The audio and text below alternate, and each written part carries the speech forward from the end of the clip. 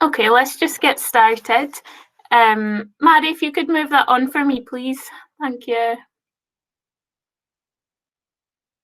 We're just starting off with a wee map here. We've got people here from all over Scotland, but focusing on the East regions. And just a wee introduction to the staff from Education Scotland. There's myself, Susan Ipsworth, and Vince Moore from the CLD team here, and our STEM education officers are Hazel, Mary, and Lynn. So just want to take a wee second to say thank you very much for you all helping put this together and for doing the slides and all the technical bits that I'm quite new to virtual working, so I struggle with a lot of these things. So yeah, thanks all very much for your help with this, and a quick thanks as well to the practitioners that are going to be sharing their experiences today too.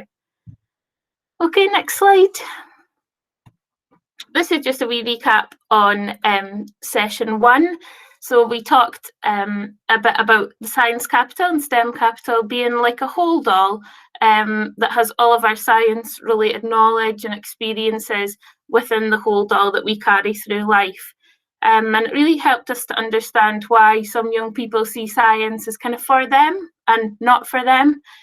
So just pop that slide in there as a wee reminder of what we covered.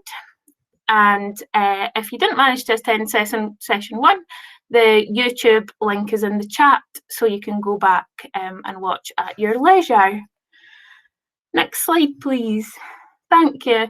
So we're going to hand over to Avril first from Aberdeenshire Council. So Avril, the floor is yours. Hi, my name's Avril Morrison. I'm a community learning and development worker. And yeah, I'm in Aberdeenshire Council. I'm part of the adult learning team. Could I have the next slide? So I'm here today to tell you about a project that we've been running called Unlocking STEM in CLD Practice. And you can see a picture there of some of the participants in one of our workshops. This particular workshop was held in Ellen, but part of Unlocking STEM in CLD Practice has been aimed at the professional learning of CLD workers and others across the Shire. If I could have the next slide. And I would just like to say that I'm part of a very large team, actually. This was a real collaborative effort. So we partnered with my colleague Costas from Aberdeen Science Centre, and we had input from folks in Aberdeen City Council. I'm with Aberdeenshire Council, and there was input from our local learning community partnership, and this was all grant funded by Education Scotland. Okay, so what I want you to know about the project, if you only go away remembering 3 things, these are the 3 things I'd like you to remember. I'm going to talk to you about the workshop we developed. It was called I Think You're a Scientist. And we've delivered this in several areas across Aberdeenshire. Prior to lockdown, we did it as a face-to-face. Obviously, we've had to go online, as have you all. So we created an online CPD course called Science for CLD Workers.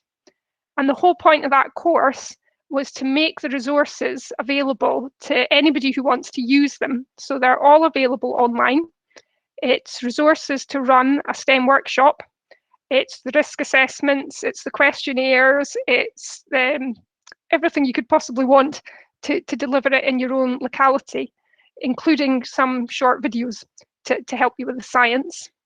And finally, I want to just mention that we pulled together a series of case studies, STEM in CLD practice, about our experience of introducing more STEM learning into our everyday work. So our aims with Unlocking STEM were to deliver 6 training sessions to CLD staff, to design and deliver this workshop, I Think You're a Scientist.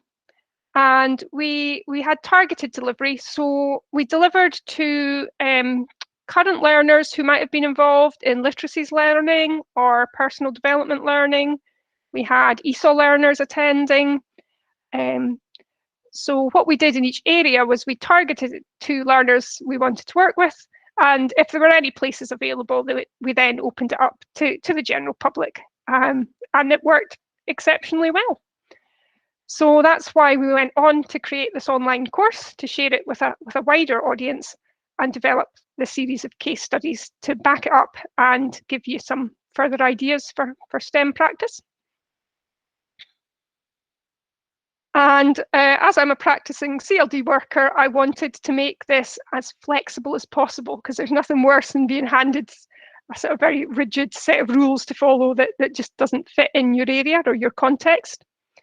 So the way it was developed was you could deliver it as a one session. You could do a sort of 2-hour STEM taster session and do all 6 activities in 2 hours. It's possible. It needs a lot of planning and you need a lot of help, but that is one option for the resource. Or if you have more time or you wish to take a longer period, you could deliver each one of the 6 activities, you know, over weekly sessions. So we wanted to make it as flexible as possible to deliver. So that was key. And for the scientific demonstrations, we partnered with Aberdeen Science Centre, and the idea was to make the scientific demonstrations as low cost and reproducible as possible. That was the aim. So we did a lava lamp, which used bicarbonate of soda and vinegar. We did a balancing can experiment, which apparently was a huge hit at the school discos. We did a waving glove, a static can. We made some slime, and we had a go at making some molecules as well. So that's the sort of content of the workshop. And it went down really well. As from a CLD perspective, it was really a nice piece of family learning. So we had parents come, sort of stay and play, if you like. So there was a lot of interaction between parents and children. The parents loved getting their hands dirty, getting involved. It's really nice to do practical activities when you get the opportunity. Some parents were delighted because they could repeat the experiments at home, so they could maybe go home and share it with siblings or other family members, which again was nice to see that there was engagement just beyond the 2-hour session. And young people just adored it. It was lovely. I've got some beautiful photos of kids with their faces just lighting up when their lava lamp exploded over the top of the tube, or their glove waved, and it was really nice to discuss what makes you a scientist and what does a scientist do, and to engage with young people about that. So that was the workshop. And if you want to run the workshop, then you are very welcome to enroll on this online course. It's free. It's called Science for Community Learning and Development Workers. And it's a sort of 2-hour course. Some people get through it quicker, some people take more time. It really depends what you want to do with it. But all the resources are available there. So I created a sort of 10-page lab book, which allowed the people to pretend they were scientists and fill in a lab book of what they saw, what they did, and what they thought happened. And I designed it so it's quite accessible. I think the youngest child we had actually was about 6, so they could just draw a picture of what happened. And I think the eldest child we had was around about 12-ish, and you know, they could write a bit more. So all those resources are available in that course, and we have there's worksheets. So there's a worksheet for each activity, and there's risk assessments for each activity as well. I made 5 videos explaining the science behind the demonstrations. So in case anybody asks you, well, why does vinegar and bicarb do that? Or what's going on there? You can watch, there's sort of between 2 and 5 minute long videos explaining the science behind each practical demonstration. So that's that's available there. There's a little section chemistry for CLD workers because a lot of my colleagues have never studied science, so that was a definite need. There's a little bit about the chemistry of what you see, and like I say, there were links and case studies to further practice. And yeah, that's the case studies there are separate from the workshop. So that's other examples of science learning that's happening around Aberdeen City and Aberdeenshire, if that's whetted your appetite. But yeah, so that was our project. And the case studies, I also interviewed some of my colleagues, about 10 of my colleagues, to see what they thought of the experience. And as you might expect, there was a broad range of opinions. Some folk came from a scientific background, which I'd never realised, and had worked with them for several years, and suddenly discovered that they had a background in engineering or whatever. So it was really nice, and it was also nice to speak to the people who'd done no science before, but who were, experienced community workers. So they were quite used to running group sessions or working with families and young children, to see what they thought of it all. So if you need a bit of encouragement, then definitely have a read of those case studies and interviews, because it really helps put it in context. So working in Aberdeenshire, we're covering a very large geographical area, which is quite a challenge, but we ran professional learning events for staff in Inverurie and Aberdeen City. And then since then, we've run 4 face-to-face workshops around the Shire, and a further about 10 other sort of science events since then. Obviously, since lockdown, we've had to move online, but we've actually had an online science club running in the summer holidays and in the October holidays. So the STEM work continues, just in a slightly different format. So just to sum up what we did, we've reached over 170 practitioners with our face-to-face training. That was over 6 sessions. Before lockdown, we had engaged with 100 learners face-to-face. We had obviously hoped to continue to do that, but obviously we've moved online. And the Udemy course has reached far more people than I ever expected.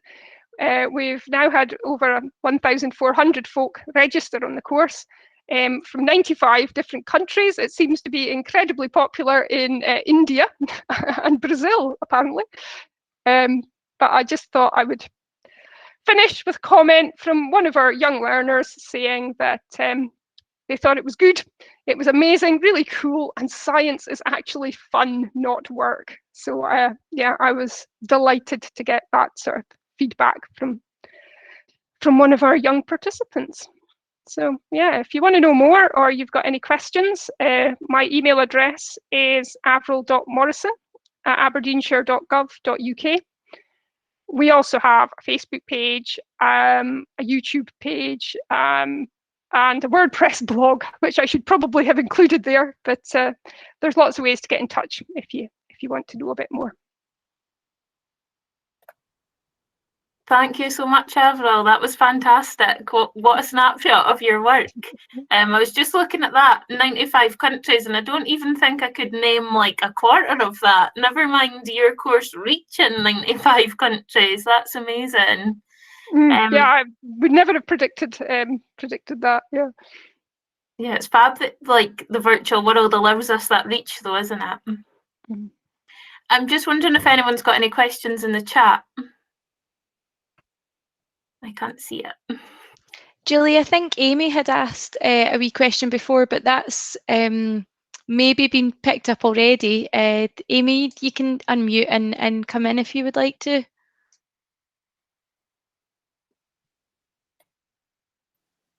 Yeah, I think it has been answered. I was just wondering how many families, you said you had 100 learners, but how many families in total had you engaged over the project? It was amazing.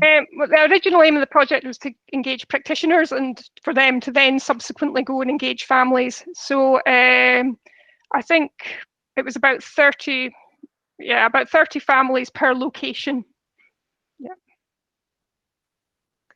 For the holiday club, yes, unfortunately, when we were doing it online, we had to rely on families buying, it was a bottle of vinegar, so about a 30 ml bottle of vinegar and a tub of bicarbonate soda, essentially, was what we needed people to buy themselves. Obviously, when we ran it in the community centre, we were able to provide those resources ourselves. But for the online club, we've had to rely on families buying their own. I think, Julie, as well, there's another person. Thanks, Avril. I'm just Pauline Robertson had a hand up earlier on, Yep. but I'm not sure if that's a legacy hand. okie dokie. Feel free to come in, Pauline, if you Sorry, like. I pressed the wrong button. That's quite all right. I think it's in the different formats, isn't it? You go between Teams and Zoom and Google Meet, and all the buttons are in different places. So probably just take this moment to say thanks very much, Avril, and we'll hand over to Martyn from Scottish Borders Council. Hi everybody, yeah, I'm Martyn Lawrenson from Scottish Borders Council. I work for Community Learning Development Service over there in the youth team, and I'm based in a couple of the high schools there, as well as I'm the partnership coordinator across one of the cluster areas for the high school as well. So what I wanted to talk about today was sort of some of the work I've been doing, quite intense work with individuals around co-designing and delivering sort of STEM activity with young people, really, and sort of taking you through that process and sort of showing how the young people are really taking the STEM activity on themselves and planning it and actually carrying it out as well. So if you want to just move on a couple of slides probably.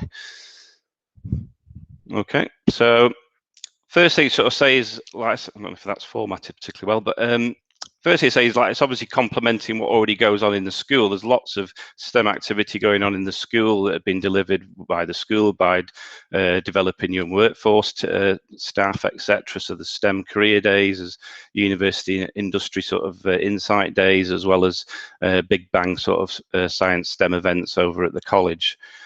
So what I do is I'm picking up young people who are really being referred to me through the guidance teams within the school, and they're often young people who've probably had little opportunity to engage in those sorts of activities, probably low school attenders, and maybe only just coming in for very little sort of bespoke timetables, really, and they often get referred to me to work with them on a program and develop a timetable and curricula. So they'll still be working on maybe their English and maths and another subject, and then they get given to myself for a couple of periods a week to try and work on getting them another qualification. And this is where this sort of relationship is built, really. So when the young people come to me, it's very much about spending time building relationships and trust, because they've never met me before usually, and they're not particularly keen on being in school. So sometimes those relationships have to be built outside of school with the intention of trying to encourage them to either come into school, or we try and find a community venue or somewhere to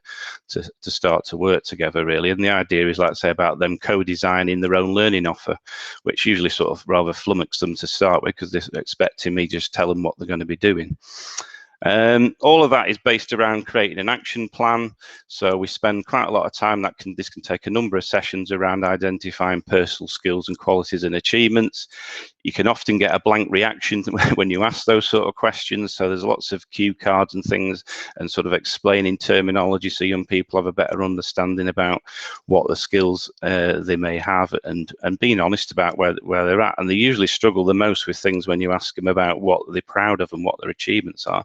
Some young people have such low self-esteem they don't feel they've achieved very much at all. But when you start unpacking that a little bit more, you actually realise they've gone through an awful lot in their lives, and actually those things are learning experiences that should be seen sort of as there's some positive outcomes from, really.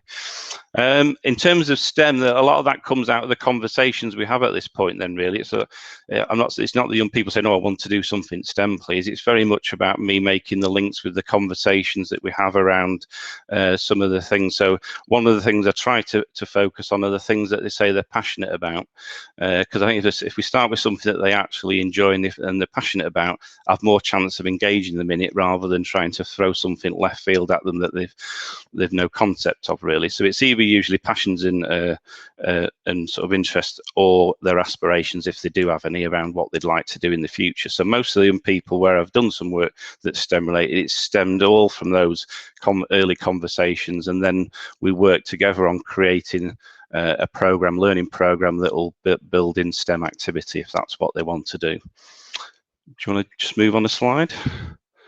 So as I say, each individual co-designs their own action plan. So we work together on filling that out. We then negotiate and agree what their personal goals and what they want to get from the activities or the opportunities, and how much time we've got to spend on that. And then each young person will work with us to research ideas for projects. So I don't come with a preconceived idea about what they want to do. It probably makes my life a little harder because I've got to start from scratch and work up ideas, but it's very much about them working with me to come up with some project ideas that we can both work on together, and which will provide a learning opportunity. And invariably, a lot of those opportunities tend to be STEM. Really, it's not, like I say, it's more coming from the young people that they actually do have an interest in STEM, even if they don't see it as STEM and don't badge it up as STEM. In terms of funding, because that's always a fun one. I mean, I don't personally have a budget at all for the work I do, so I have to go cap in hand to the head teacher or whoever for money, and is usually, obviously, if it's working with some of the more targeted young people, then they will find funds to help cover the cost to buy resources in if that's needed. I mean, I'll come on to some of the things I've done and tell you how much they cost or whatever. Every young person's then also offered the option then, like I said before, in terms of getting a qualification. So I'm using things like the Youth Scotland Awards, Dynamic Youth Awards, Youth Achievement Awards, primarily because it leaves me with a bit of a blank canvas. So whatever the young people throw at me in terms of what they want to learn, it will fit into one of those awards very easily without me having to try and find an SQA unit or something where I'm having to sort of like tinker it to fit, sort of thing. And also it encourages them to sort of take responsibility for their own learning as well through the process of those awards. Okay, next slide. Ownership. Oh, sorry, did I miss one there? Let's just check. Yeah, okay, no, we're moving on, that's fine. Okay, so these are some of the sorts of things I've done, and again, you may have done some of these yourself. All the young people in the borders in primary and secondary school from, I think, P4 upwards all now have iPads, and have had those for, certainly over the last 12 months, they've been rolled out, so which has really been a positive thing, particularly with lockdown and working at home, but also it's made young people be more creative in some of the things they're doing to generate evidence of their learning. So I've had a young man who did an online gaming development course, so he did lots of gaming, was interested in sort of the back end of that and how to develop games, and I managed to find an online package that the school were willing to pay for him to do, which was actually set up by a CIC in the local area, and I think it was about £60 for him to register on that course, and he would come into school and spend, I think he had to do so many hours and to work on different aspects of developing a basic game, basically, with basic characters, basic movements, etc. We had young people using, obviously, iPads not only to do their own movies, but also teaching primary children how to make movies as a way of encouraging the young people at the primary schools to see the potential of their iPads. Again, with the Youth Achievement Awards, normally in the past that's always been paper-based. We're trying to move away into much more digital evidencing, and I think that's really encouraging young people to be creative. They know more than I do about what the potential of their iPad is. So in terms of them using things like digital storybooks, digital, I think it's Procreator art type things. You can see the sort of images of the young man's face. There is a young man that comes in the room, and the young person's used Procreator to create a sort of caricature of him, I suppose. I use the older students in S5 and 6 to be peer educators and on things like online safety, etc. Getting into sort of engineering, obviously there's the classic ones of sort of tower and bridge building, whether that's using Lego, whether that's using spaghetti and marshmallows and messy things like that. I do that with a sort of S1s as a transition activity and team building. Egg parachute's always a fun one. Head teachers frightened to death when I'm walking around with loads of raw eggs around the school. Thankfully we can go outside and do that. And then some of the other things I've done that are a bit really sort of based on the young people's interests around building engines. So I had a young man who wanted to do mechanics at college, or was sort of thinking about it, but had no previous experience whatsoever. So what we did, we developed a learning program which was all around exploring the basics of mechanics using model engines, basically. And so whether that be a plastic kit engine, which you can probably pick up for sort of 50 to 70 pounds, right through to then the school actually bought an alloy model engine that was nearly £500. The advantages of that one is that it can be taken apart and rebuilt many times. Cycle maintenance has been a popular one. The Borders is popular with young people around mountain biking, so cycle maintenance and repairs, but quite a popular course for young people. So that's one where young people have signed up for. I had interest in one of the young man who was interested in music a bit, and I suggested, oh, well, if you fancy learning to play a musical instrument. I think he was only S1, but he was basically not on the timetable for any subjects whatsoever, so he had to fill his entire timetable with one-to-one sessions. And we talked about actually building his own electric guitar, as opposed to just getting him an electric guitar and teaching him to play it. We actually thought, no, why don't we build an electric guitar, make your own personal guitar, learn how it works, as well as just learning to play it, and then I'll get you an S6 student who maybe can coach and mentor you to play your own guitar that you've built. And then basic electronics and robotics as well has been a popular one.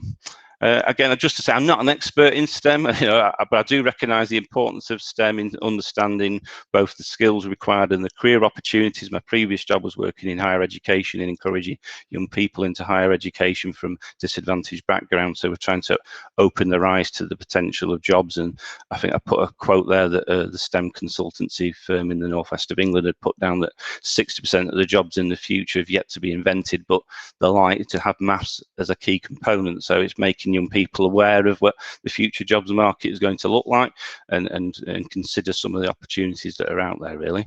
I think also I find myself learning with the young person, so and I find that really empowering. So if I'm currently building an RC car with a young person who was doing the mechanics, I've never built an RC car in my life, but it's actually a really good experience to do it together. And if we come against a problem, we work out and problem solve it together. So it's not just me telling him what to actually, where could we go and find that information. So it's also about inquiry skills as well as just simply teaching somebody how to do something. Developing employability skills, again, all those are critical. So whether they're doing STEM or not, it's still about developing all those skills that will help them once they leave school. And the activities are driven, as I said before, by their passions and interests. And so therefore the motivation for the young people to come and do the activity when they've not been coming into school, they never miss a session because they want to do it. They chose it. They've designed it. I mean, I put there a quote from a young person. He couldn't believe that the school was letting him sit there and strip down an Xbox and recondition an Xbox. He said, I can't believe they're letting me do it. But it's like, well, we're getting you in the school, isn't it, from the school's perspective? And then he would be getting some English and maths while he's in school for the day. So otherwise, he just wasn't coming through the door at all. Young people are very much the producers of the science and the STEM. It's like I say, it derives from their interests. It's not me imposing my interests on them.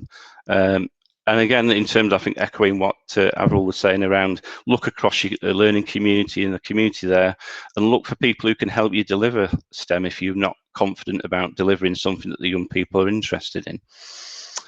I think there's just a few case studies. So this was a young man I said before who was interested in the mechanics. The challenge in the targets relate to his award that he was working with, and he built the 2 model engines that you can see in the images there. And that was just done over a number of weeks when the school was open. Obviously, when we went into lockdown, that became a bit more of a challenge, but we picked it up again once the schools reopened in August. And now he's, like I say, he's working on building an RC car. And the things he had to do, like I say, we mocked up the notion that he had to change the timing belt on the engine. So he had to identify the parts of the engine, how they all interrelate, etc. So he was learning as much about the science and the engineering of the engine rather than just simply building a model. Okay, next one.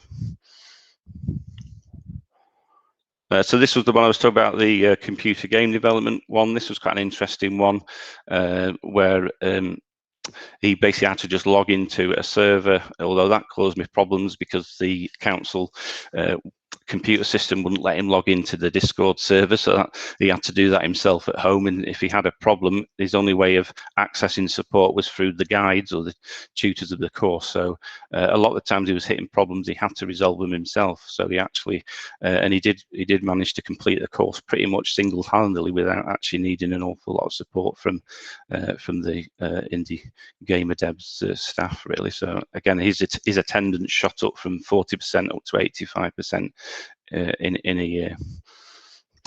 Then the last one, I think, the last slide. This is just a future project just currently working on at the moment, developing. So this will be a partnership with a CIC called Bike Punks and developing in Workforce and Borders College. And this is a bit of sort of engineering, metalwork fabrication stroke art. So the young people will be commissioned to produce a piece of art using old bike parts or old bits of metal. And you can see an example of one that's been done before by young people in the Peebles area for the bike tracks around there. They've used the bike parts to create a creative map stand, and again, part of that will be about ensuring that they not only do a 6-week project and learn some skills, they actually are also getting some FE Insight days. We'll go to college and we'll talk about what career pathways there are through the college, and also take them on an aspirational industry day to a fabrication place where they can actually see and get excited about working, you know, the sorts of opportunities that are out there. So it's not just a skill-based 6-week program, and that hopefully will be running in probably 4 or 5 of the high schools in the borders in the autumn time. So that's starting to run out. There'll be about 6 young people per course with that one. Okay, I think that's me done. Thank you so much, Martyn. There was so many interesting points there. I was trying to scribble some words there, and then I've just written down egg parachute drop, and I thought, I wonder what my point was there. I think it was just that I've done it so many times, and no two young people ever come up with the same parachute, do they? No, I mean, I've seen a variation on it, but it was done by a university with some students where they used the guy that did the skydive from outer space. So they actually so it was a much more scientific experiment that they did. They got the theory in the morning about the various different science sort of aspects to it, and then they had to basically float a helium balloon so that it was static with an actual 3D model of the capsule that he jumped out of, and all they had to do was work out the science behind how much weights they had to put onto this capsule so that it would actually just float. If they just let go of it, it would stand still. And these young people were just engineering students at colleges going to a university aspiration day, but I could hear the conversations down the path as they were going out of the thing. They were just blown away with it, thinking this is just amazing, you know. And these were young people who wouldn't dream of going to university, but all of a sudden they had an experience that just sort of blew their mind and opened up you know, ideas about what they could do. Yeah, that's amazing, isn't it? And that's what you're trying to do, really, isn't it?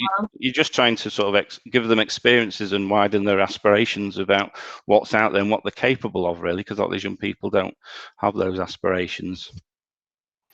Yeah, and those young people are so fortunate to have the time with you to explore their own ideas and projects. And yeah, no, I think the head teacher or whatever in the school have been excellent, really. They've recognised that, you know, that one session a week ain't going to get very far with some of and these young people aren't coming into school. And between a partnership between me and the school, where the young man who's doing the mechanics at the moment, he has me on so many sessions, but then he has one-to-one maths and English.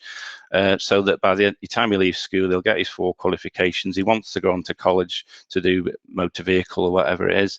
Then it's been an effort from everybody, really, and I'm just part of the cog in a big wheel to support that young person into a positive transition, which otherwise potentially wouldn't happen, really. That's fab. Thank you so much. I'm just wondering if there's any questions or thoughts in the chat there. Susan's popped in saying a fantastic example of a school and CLD partnership, and it really is there, definitely. I was just going to say, Julie, there's no questions as such. There's just people having been really, really positive and just the idea of the young person kind of letting you know what they want to work on, and you starting from a blank canvas, can imagine as a practitioner is really hard, but definitely gets the best results. Yeah, I guess it's hard, but it isn't in a way, because actually, I mean, the hardest thing is getting something out of them if they're very shy or whatever, or they've no idea about. I mean, then you've almost got to lead them a little bit, maybe, and say, would you fancy trying this? Then, you know, let's see. You know, you're saying your skill set's this. Actually, you know, that skill set could do really well here. I mean, there's loads of other things going on in these young people's lives. You know, you're dealing with drug addiction, you're dealing with, I mean, the one young man who did the robotic arms, he's now surface surfing around the borders, even though he's still managing to go to college to do his computer science course that we managed to get him on. And he was, you know, yeah, you know, so it's great to see that they actually do, you know, they get something from it really, and that there's a positive outcome. And I only hope in the future, you know, that it stands them in good stead really, and they have a greater self-worth that they actually can contribute, I guess. Yeah, lovely. That definitely shows the power of a true kind of partnership, doesn't it, between you and the young person and working towards that goal. Thank you very much. If there's no other questions, we'll move on to Darran. Hi everybody, my name is Darran Gillan from Paisley YMCA. We're a digital youth organisation, and we are known for our makerspace and our digital youth incubation hub, where we support young people ages 8 to 24, but mainly around the kind of 8 to 16 is our kind of core group. So I'm just going to take you through some of the aspects of our work, where how do we use a youth work approach within a makerspace, and I'll explain what a makerspace is as we go through. How we use STEM as part of our youth provision, how we fund it, and how we set them up. So if you just want to go to the kind of first slide. And I've never tried Prezi on Google Hangouts, so this will be interesting. Good, okay. So yeah, just leave it there, that's fine.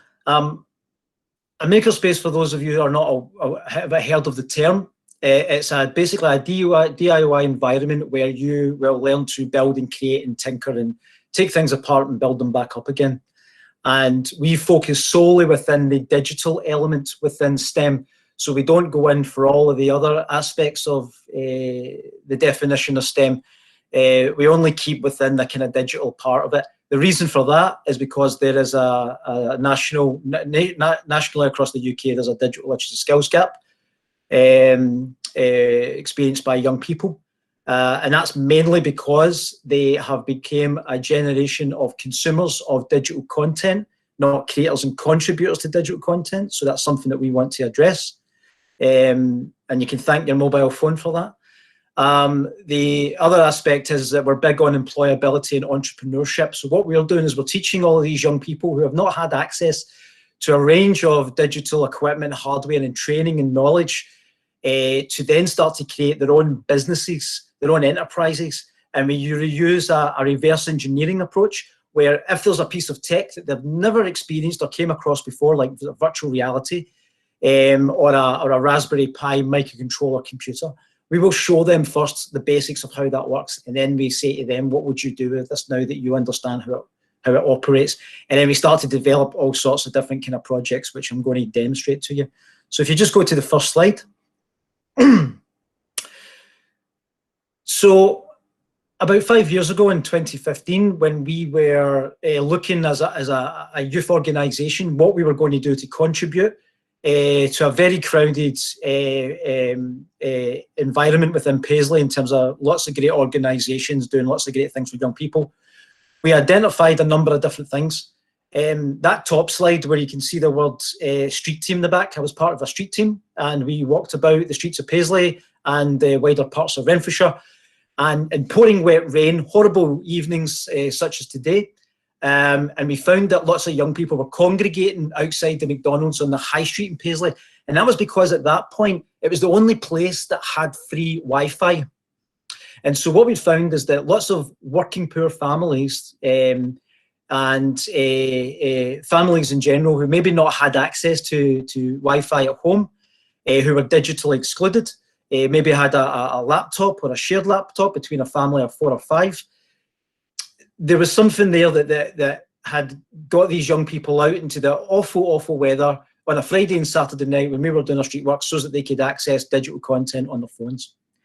The second aspect that we started to put little jigsaw pieces together is this report up at the top here. Is called Death of a Saturday Job. And so lots of young people now don't actually do a tablet and macaroon round anymore, or a bacon round, or, you know, work at John Menzies on a Saturday morning and things like that, for those that you remember that. All of those kind of traditional ways where young people are, you know, independent and money management and things like that. Yes, I am actually showing my age. They're all gone. And so there's something there that needs to fill that gap. The stats here of the Skills Development Scotland. So Digital World is Skills Development Scotland's digital arm of their offering. And this was in 2015, I think these figures are. It's 11,000. Where it's about 13,000 now. So at any point within Scotland, there are about 13,000 tech jobs, STEM-based tech jobs going at any one time, that the majority of the young people that come to our makerspace or our iEnterprise programme can't have access to, or won't be able to be in a really strong position to apply to because they've not had that exposure and experience. And this is not just something that's unique to Scotland or the UK. The report there is part of the global YMCA movement. We had carried out what was called the 1 Million Voices survey. It took 4 years to complete and was conducted by Stirling University. And what that found was that there was 4 common areas, whether you were a 16-year-old in Bangladesh, India, or Sydney, Australia, or Ferguson Park, Paisley, you all wanted to get a job, and you all felt that there was a particular level of skill set that was going to require digital skills in order for you to meet the requirements of the 21st century workforce. So if you go to the next slide. So one of the things that we came up with, and we co-developed this with young people, was called iEnterprise. So iEnterprise was something where you were going to use technology. So we're going to do an inception to implementation. So we're going to take an idea that you had, and typically an idea of something or anything that you felt passionate about. So it was about going down the road of least resistance and tapping into the inherent interests of young people, because there was more stickability developing a project that way than there was a top-down approach from ourselves or our youth work or what we felt was, you know, something that they should develop. And that could range from, you know, if you're into cupcakes or you're into FIFA or you're into bikes, it doesn't matter what it was. But you were going to use digital technology and software and things like that to tease out this idea and make something tangible that had a community benefit. And that's where the social entrepreneurship element came in and made you feel more connected to your community. So the things that we're talking about here can be replicated quite easily in primary schools and high schools, because that's part of our remit as well within Renfrewshire. If you go to the next slide. So this is we're going to look at this wee model on the left-hand side of my screen. So Enterprise Mobile Digital Youth Hub. So this is a very, very straightforward model of approach here. So we typically went into other youth clubs, and or typically could be your school classroom or your school. And what we would do is we would talk about with young people about the passions that they have, whatever that passion might be, might be something that they like to draw, it may be they like to go cycling, it may be like to socialise with their friends. And then what we do is we do some blue sky thinking. That's what the light bulb's about ideas and getting them to identify issues round about their community or something that they've always wanted to try out as a personal experience but never had the opportunity to. And then what we do is we start to develop the ideas round about that. Using software, mainly lots of free software, so that they can go home and start to work on those projects as homework off their own back, because again, it's something that they're inherently interested in. Use laptops and iPads and all sorts of other great gadgets that we have at the makerspace. And then what we would do is that the proof of the pudding of the concept, once it's they've developed that idea with their friends as well. So part of the element is they've got to attract 2 or 3 of their friends to their idea, and then they start to be what is called, they'll project manage that idea, and they'll have their friends and they'll delegate to their friends in the classroom or out with the school time certain skills that they're going to deal with. So one will be your social media and promotion. One might be your technical or your engineering, and your other one might be your branding, your logos and things like that, to develop that kind of idea of a business and all the different departments and areas of a business. And so then they would take that and they would pitch that to a funder. And we had O2 Think Big at that point. And what they would do is that they would give us £500 in a prepaid card, and we would give that to the young person, because we're still using that youth work methodology approach about empowering young people, giving young people the control of finances and also their project ideas into their own hands. And we were there as a guide and a mentor or like a teacher. They would then develop that project for about 13, 14 weeks and start to deliver that project to the benefit of the community. What they would then do is that they would amass a huge amount of not only practical skills of how to develop that vocational learn by doing of a business, instead of that theoretical learn by a business by a book. They would also pick up a huge amount of qualifications, like say your STEM Leaders Award, your Youth Achievement Awards, and a number of online digital badges as well. And then they would become an ambassador or the representative, because they've already went through that cycle, so that they would go into your classroom or they would go into another youth club and talk about their experience, what they developed, what they got out of it. And that would then ignite other young people to then get on board with it. So this other slide here, which has just got the iEnterprise poster in the middle. Let's have an experiment here. Can you possibly double tap onto that picture there? Because you can usually zoom quite closely in. Yeah, okay, we'll maybe come back out then. I'll try and work this on Google myself one day. So what we did was, with these posters here are basically representations of different young people's projects. So the one that you can see up there, yep, it's called DBD Bake Off. That was basically a group of young people, a group of girls from Johnston High School. And they were really into baking and baking cupcakes and cakes in general. And they wanted to develop that into a enterprise so that they could make money. And what they did is that they understood that they had to learn things like Canva so they can create their own logo, their own strap line, their social messaging behind what their product was about. They also then, worked out the ingredients and everything else that you would do about what goes into making a cupcake. And then they started to promote that. And what they started to do with online social media and started to create videos about what they were doing, they started to develop orders and started to monetize their DBD bake-off project. You had other ones, whereas where you can see the red guitar in the top corner of that poster, you had a group of young people as part of the 2021 Paisley City Culture bid. They created a number of events and they created their own event company. And so they started to create a number of public events and meetings across a range of venues and started to learn to do promotion and events. And that was something that they were interested in, that they were going to do at college. And so there's a whole different example there. If you tap onto the video at the bottom, it'll see if this works. And you can cut the volume off because I don't need to have the volume. So this was a joint project. This is what it looks like in action, but you can easily replicate this in your classroom. It's nothing more than getting a bunch of young people into your room and talking about what your idea is, and then start to look at the internet, start to look at what other people have created that is a similar idea. Because sometimes you've already created something that somebody else has already thought of. So it's then about repurposing that idea so it's uniquely distinctive to your own locality or to your own outcome. And so what that starts to do is to start to get them creative, because when you present to young people the opportunity sometimes about creating anything that they want to do that is a passion or an inherent interest, you'll be hit with a blank wall, because sometimes they've just never been given that opportunity, and then they'll scratch their head and they'll go, I don't know, I'm not quite sure how to approach that.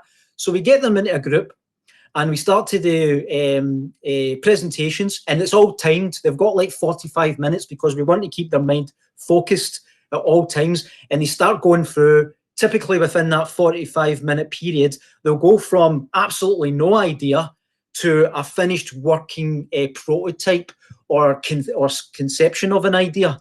And they'll start to then build and develop that a little bit more. But it's very easily practically done. That you can already do it with the iPads and laptops and within your own school environment that you already have. And what you're already developing there is an incubator, because that's what it's about, incubating ideas for young people using technology, and whether they engineering or mathematics, and you're starting to support some of those young people to understand the value of some of these subjects that might be a bit dry to them, but when they put it into that practical context of something that they're interested in, that's the incentive where they start to really start to shine and start to appreciate the importance of maths. So if you go to the next slide, I just skip off that, then just click on it again and it'll go. Brilliant. So that was something that we were doing in schools for the first 3 years. And what happened is that we then became a victim of our own success. Because lots of young people wanted to start to develop all sorts of different ideas. And what we found is that the infrastructure wasn't there. So we could take young people and that idea and that aspiration that they had, and using various types of technology and free online software you get on the internet, we could take them from a beginner to a very early stage intermediate process, but we couldn't take it any further than that. And part of the YMCA opportunity is, because we're a global movement, we operate in 119 countries and we've got a 60 million membership. I got the luxury of getting sent to Finland, where makerspaces are already embedded into the school curriculum, and they have makerspaces and they have what are called living labs and all these other kind of fanciful type names that I never heard of before, but they're already incorporated into the curriculum there. And again, they sent me a little bit far off to Singapore. And again, it was the same thing in Singapore and what they do there, because it's very business orientated. I think they call it's the business gateway to Asia is Singapore. So very much about a practical approach, about teaching young people very early, 8 years of age, 7 years of age, about technology and how to use it in a very practical sense. Because again, no preaching or teaching your granny to suck eggs here, but lots of people still think that young people are digital natives when clearly they're not, and because they've been created into a mass consumption because of mobile phones, they can't see any further past their mobile phone sometimes, that there is actually a job or a role or a post or a career that they could actually develop as a result of their mobile phone and the apps and the coding that went into the app and everything else. So we developed a makerspace, this one-stop shop that had laser cutters and 3D printers. If you go to the next slide.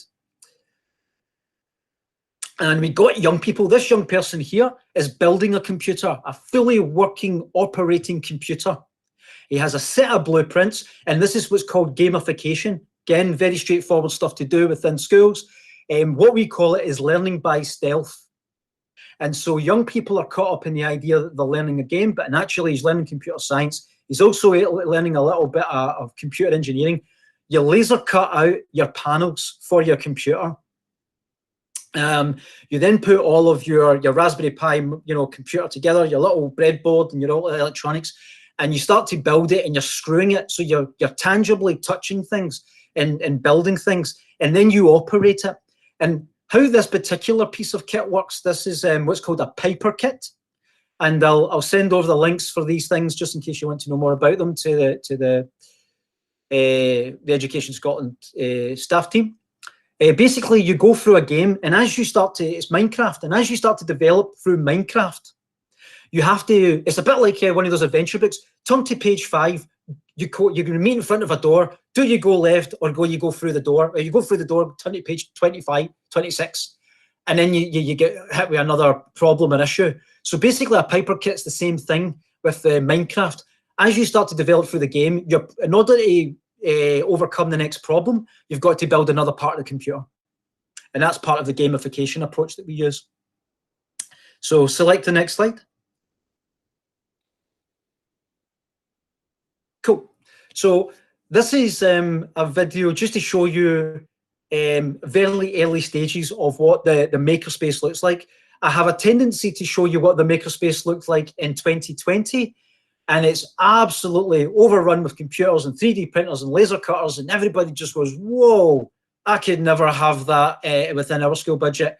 And so this is a very stripped down version of it, again, because we show this a lot to third sector youth organisations. So it's typically a room, that's all it is. You've got laptops, you've got computers or Raspberry Pis, and one of the first things that we did was Coder Dojo and Code Club, and we taught young people how to do Scratch, which I'm sure some of you are already doing, or Python, or Ruby, or HTML for those that are in high school, and you're basically starting to teach young people about coding.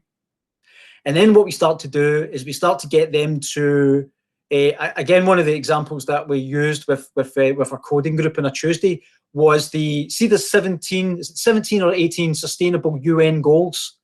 So we're starting to look at how would we use coding and apps to develop and address some of the issues with the UN sustainable goals. And we've got a group of young people at the moment who are creating environmental apps and empowerment apps for empowerment and things like that as well, using coding, but they're using it within a context that means and relates to them personally. So they're still retaining that inherent interest, because that's where the stickability comes, because there's always a problem, there's always an issue to overcome. And if you want young people to stick with and push through the problem, it's always better that they come up with the idea of what it is that they're wanting to develop. And we try and take as much of a step back from that and only step in at the point where they're really kind of struggling and flapping about. So one of our youth workers there are just going and explaining to the dad. Now that's the interesting thing with our makerspace, is that intergenerational opportunity that is being created from that. Just if you could just step out of that when I pause that at the moment.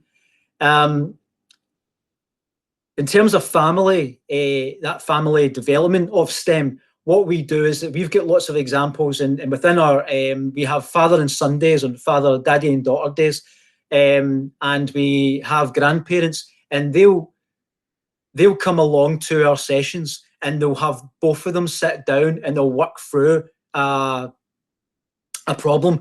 We've got lots of grandfathers who used to be part of the shipbuilding industry along the Clyde, and they would be then sharing in terms of when we're building a 3D model of a boat and a hull, they'll be right in there and explaining and showing their grandson how you're going to develop this on a 3D slicer program or a CAD-based program. And so there's really lots of opportunities there to develop some kind of intergenerational opportunities and activities that ordinarily wouldn't happen. Now, just play this video now. Another example of the kind of STEM-based activities that we do is we take young people who have never been exposed to high-end digital equipment and exposure before. And what you're seeing here is a video that young people built in Unity.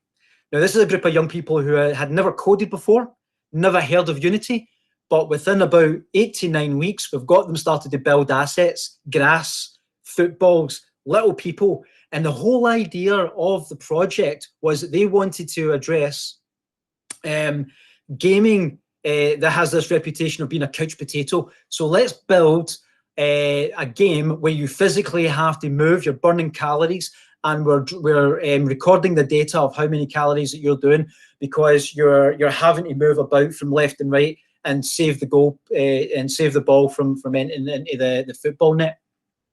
And so the way that we approach, and in terms of a youth work approach, in terms of STEM, is not like sort of that traditional type of we do science in terms of the wider aspect of science or the wider aspect of mathematics. What we do is we take, I like this quote that I've ripped off of somebody on Instagram, is that STEM education brings subjects together as they appear in the real world. What separates STEM from traditional science and math education is the blended learning environment where students take the lead, and that's very big within youth work empowerment. Project-based learning is fundamentally STEM, along with applying the engineering design process to solve real-world problems. And basically what we're saying here is STEM subjects are brought together to solve a problem using technology. And hopefully I've conveyed that. We don't necessarily focus solely within the different aspects within STEM. We treat STEM on a whole as a way to approach and solve a problem. And the problem could be, you know, environmental, it could be social, it could be economical, it could be political. And we're getting young people to develop the skills using STEM to address these. Okay, next slide. So how do we fund these things? And these funds, as part of my role, I'm responsible for funding, like so, you know, the lottery, Children in Need and everything for our makerspace. The Catalyst, CAST and VocTech funding are all open to further education establishments, as well as third sector organisations. And you can also partner with third sector organisations if there's something there that you felt as a school, primary or high school or otherwise, that you felt that you didn't have the capacity to deliver yourself. These are UK-wide tech-based educational STEM funding providers. And that you're starting to see more and more of these national UK funding providers as well. But I know that a lot of you here can access the Lottery Awards for All, and they've funded our VR Youth Club project, as well as our video podcast project. So there's lots of opportunities out there for you who are in a position to apply for funding to supplement some of the things that I'm talking about here out with your current school budgets. Okay, next. Hopefully that's us. Is that it? Yeah. Good. Okay, that's us done. Thank you so much, Darren. I popped in the chat, oh, give you a wee minute warning, and then I just kept listening, and I was quite speechless by lots of it, and just enthralled in what you were saying. Thank you so much. It really came through there, the imagination and the creativity coming through your work. That was fab. Just wondering if anyone's got any quick thoughts or questions.